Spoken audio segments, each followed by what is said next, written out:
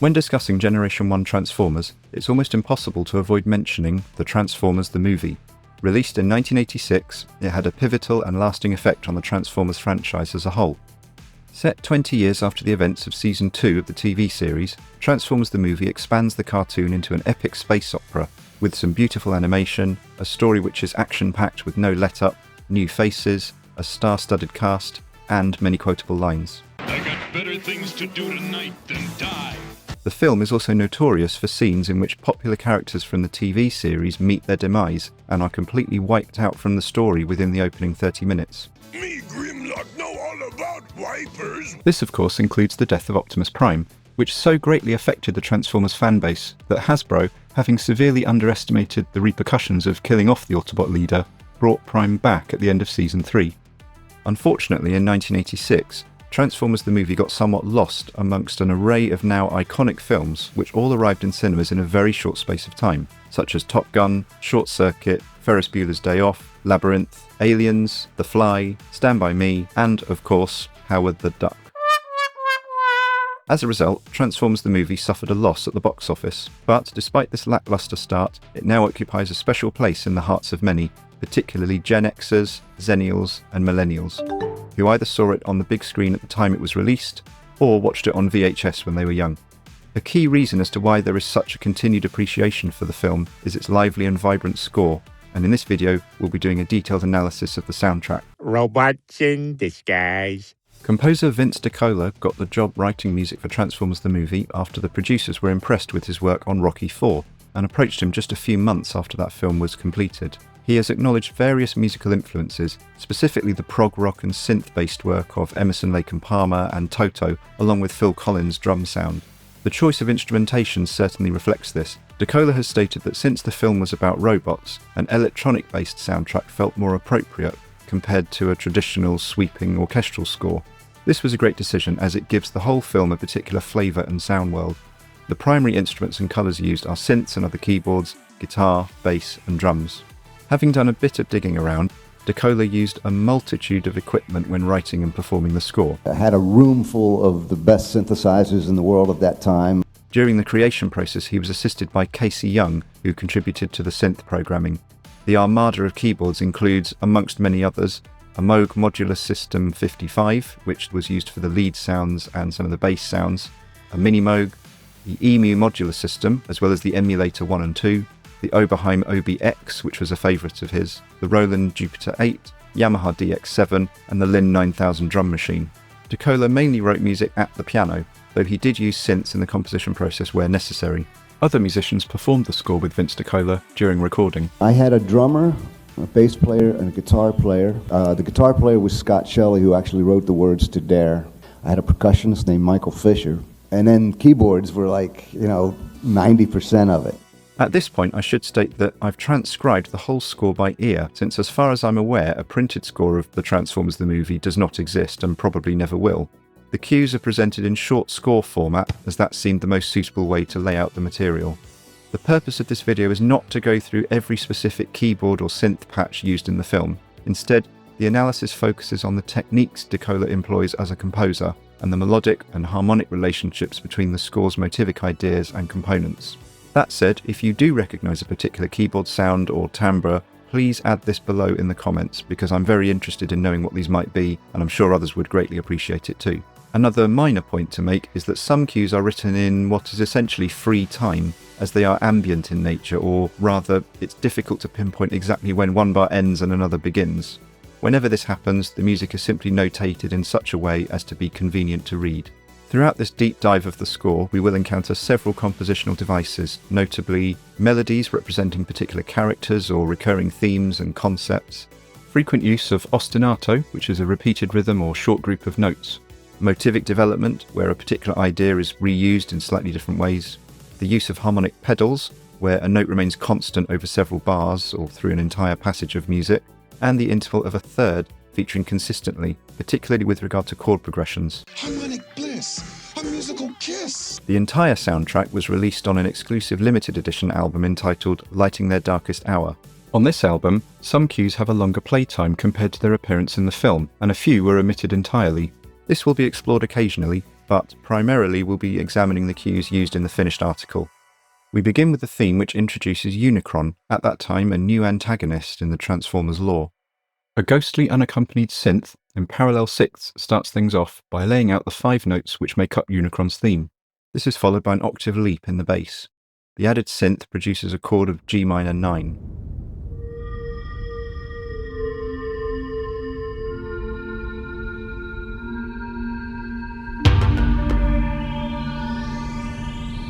The descending octave in the bass turns into a whole bar ostinato, perhaps representing Unicron relentlessly drifting through space, seeking out new worlds to consume. The ostinato subdivides the 4/4 bar into a grouping of 3 plus 3 plus 2 to provide rhythmic interest.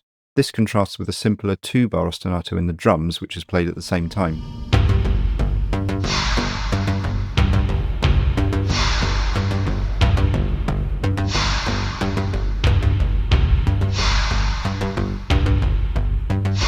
When we see the surface of Lithone, the music becomes more active and the harmony more colourful. The bass line becomes a little fragmented, and the octave jumps go up as well as down.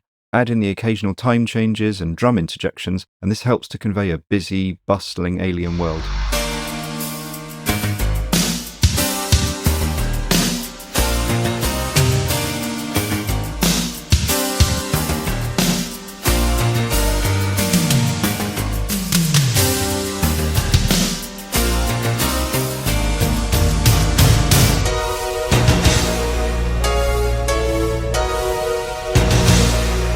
This is interrupted by a short organ solo.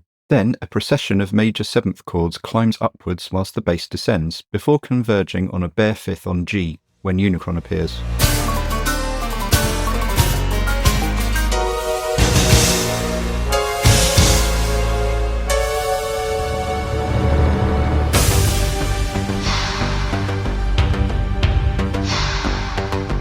As Lithone begins to be absorbed, the melodic sixths return, outlining the Unicron theme firmly in G minor.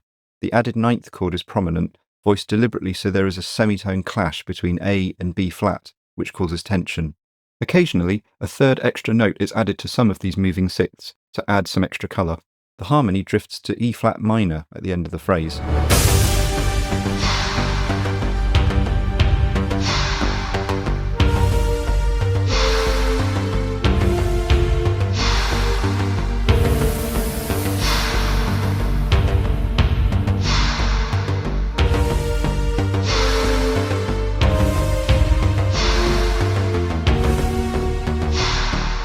The E-flat minor chord occurs in a 3/4 bar, which makes a harmony change such as this more effective. This is the first of many instances throughout the score where one chord moves to another, which is a 1/3 apart. After returning to G minor, we encounter a rising harmonic sequence. The bass goes up by a semitone every bar, from G to B flat. The harmony parts are deliberately not synchronized. The middle harmony line moves with the bass at the start of every bar, whilst the upper line, in octaves, moves every 2 beats, twice as fast. The result is a succession of augmented chords alternating with minor chords in first inversion. When the bass rises one more semitone to B natural, we hear a D flat major chord, which moves to G, over the top of this B. This juxtaposition of 2 chords a tritone apart is another example of developing harmonic friction within the established key of G minor. As can be seen, the bass ostinato is consistent throughout this whole passage.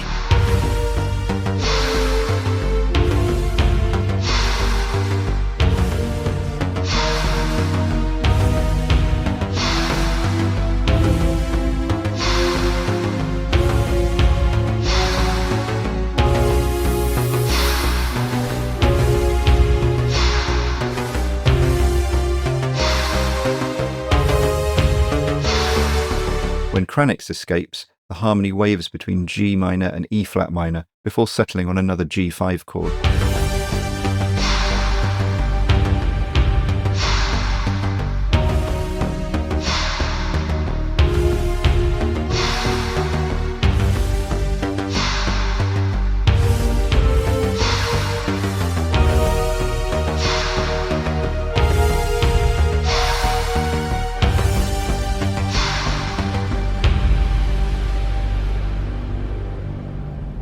In just these opening 2 minutes, DiCola employs a small amount of musical material but uses it effectively so that it enhances the action on screen enormously. When the opening credits start, we hear the Transformers theme played by Lion. It must have been fantastic for 80s kids to experience this in the cinema, since the TV theme was never really this heavy. This cover is in F minor, which somehow makes the music more epic and cinematic. The Lion version of the theme also contains one of my favourite key changes in all music, heard properly during the closing credits, where after the familiar cycle of fifths of the standard Transformers theme, we're suddenly thrust into D minor from F minor.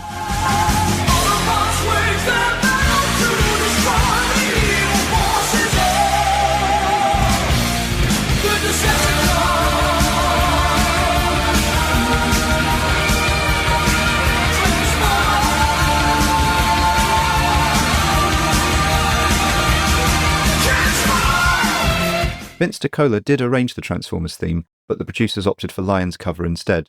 I feel it's worth discussing his version here, as it acts almost like an overture, packed with motivic ideas that appear in cues which did make it into the final soundtrack. DiCola's arrangement begins in F-sharp minor. A busy synth line begins, with an inherent semitone oscillation between F-sharp and G natural. When the biting, heavy-sounding bass comes in, we hear one of the score's main motivic ideas. F-sharp is followed by a more dissonant chord where the bass rises a semitone.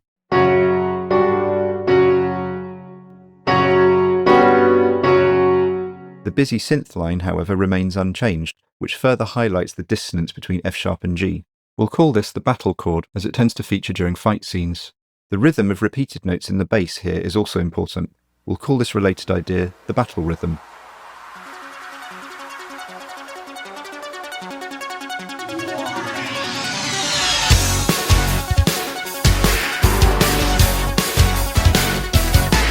At the entry of the vocals, the brief use of perfect fourths in the synths give a big open sound. The lyrics, sung by Stan Bush, are delivered in that classic high tenor voice commonly found in 80s rock.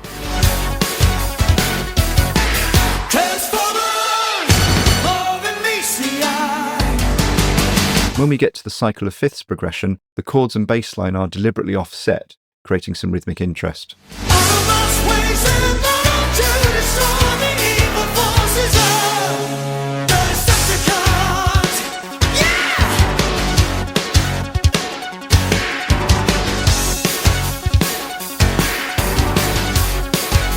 The short instrumental that follows is one of the most well-constructed 80s-sounding passages of music you'll ever hear. A 2/4 bar propels us into this section, with repeated bass quavers and syncopated triads in the harmony.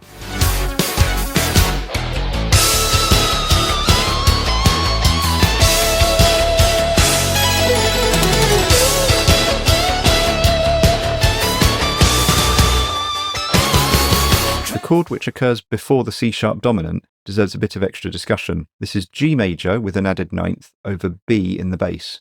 In the context of the key of F-sharp minor, the technical term for this chord is a Neapolitan sixth, and the long-winded explanation is it's a major chord based on the flat second of the scale. The chord is then written in first inversion with the third in the bass, and the added ninth is there for embellishment. The Neapolitan sixth is quite a common feature in classical music, particularly pieces in a minor key. They are often used in cadential progressions at the end of a phrase or section. This definitely reflects the influence prog rock had on DiCola, since a lot of prog rock musicians are well versed in classical music or are classically trained. There's always a sense of movement in this arrangement, the fast semiquavers in the synths and the very active drums constantly pushing the music on.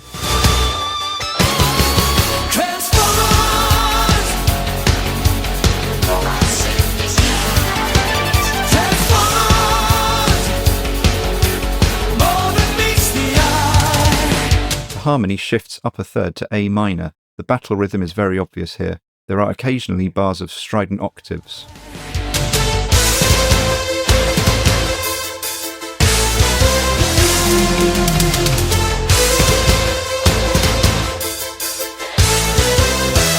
The time change to 3/2 gives the harmony a bit more space as we move into new territory. The arpeggiations in the synths become more prominent and frantic. The battle rhythm remains in the bass before the music gathers itself up into a massive chord of D major in first inversion.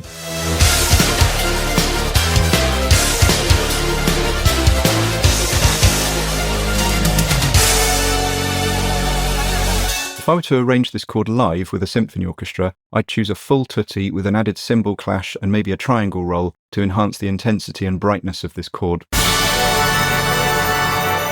The texture relaxes slightly with multi-layered synths and a synth choir, but the sound is still very full on, as many different things are going on here. The battle rhythm appears again, punctuating the upper textures.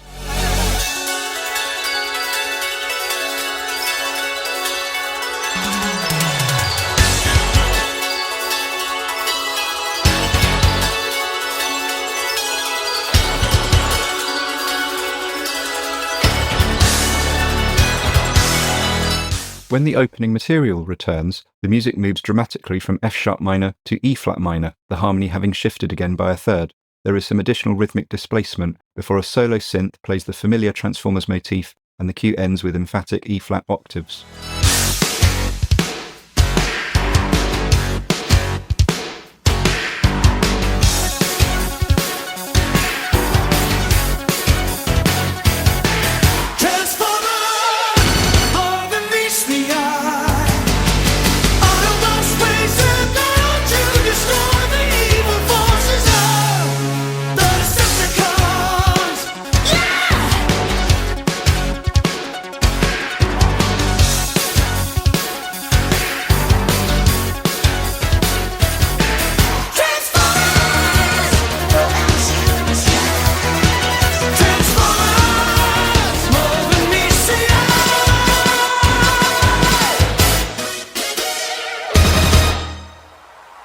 It's a shame this wasn't used in the film, since it perfectly captures the essence of the whole score and is a great introduction to Vince DiCola's style. The next cue commences when Victor Caroli's legendary narration sets the scene on Cybertron. It is the year 2005. This acts as a long underscoring passage. We hear the battle rhythm in a simplified form, functioning as a pedal F-sharp, and the first of three key melodic ideas, the conflict theme.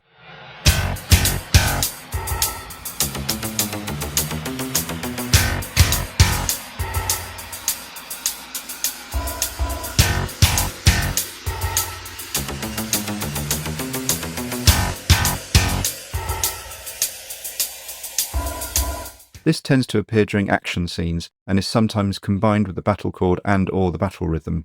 The conflict theme is formed of two pairs of intervals which narrow.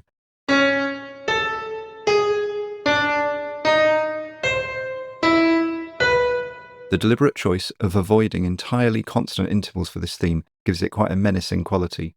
The second theme introduced is the Autobot theme. Here, the two phrases of the Autobot theme are separated by a distant solo synth line.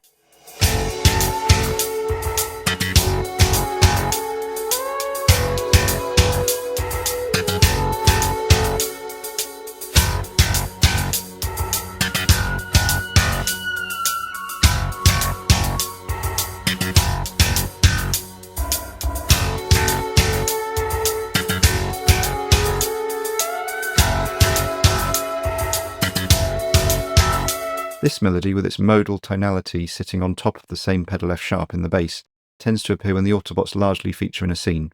The melody's heroic yet gentle shape, representing perhaps both the Autobots' strength and compassion, contrasts greatly with the more angular conflict theme. After this, when Ironhide transforms and head to the shuttle, there's an active 2-bar keyboard interlude based around the G Lydian mode.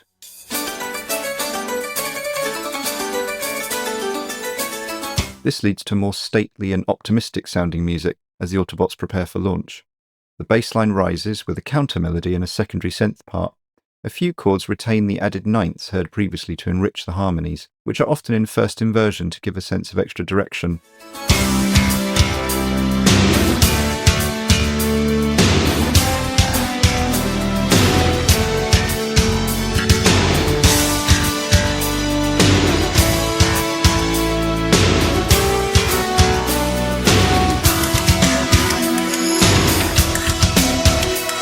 A nice touch here is how the key change is signposted by extra percussion. First, what sounds approximately like castanets to me, and secondly, short tambourine rolls which lead into the fourth beat of each bar.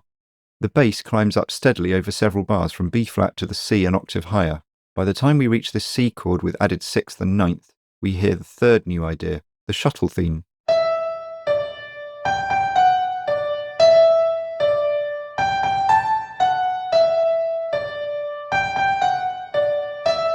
Most of the time this is used when the Autobots are either on or approaching a ship of some kind.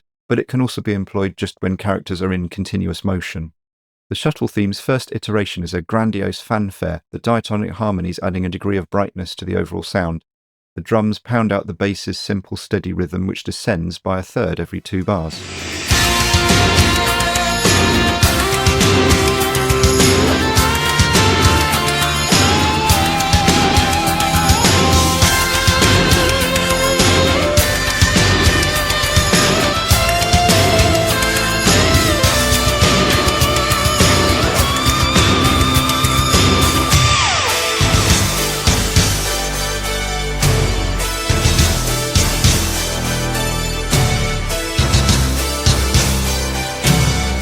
We finish somewhat unresolved on low A octaves. As Laserbeak flies away, the conflict theme plays, foreshadowing what's to come.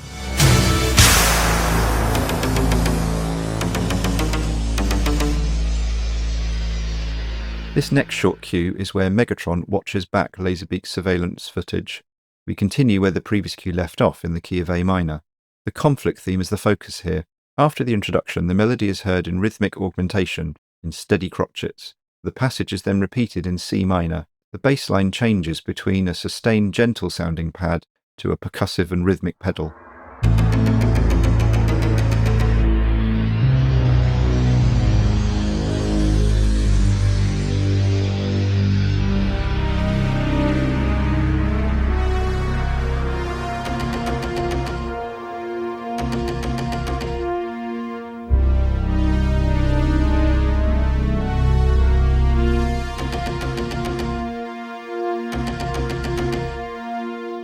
We move up another third from C minor to E flat minor briefly, then the cue ends abruptly with a dissonant cluster chord.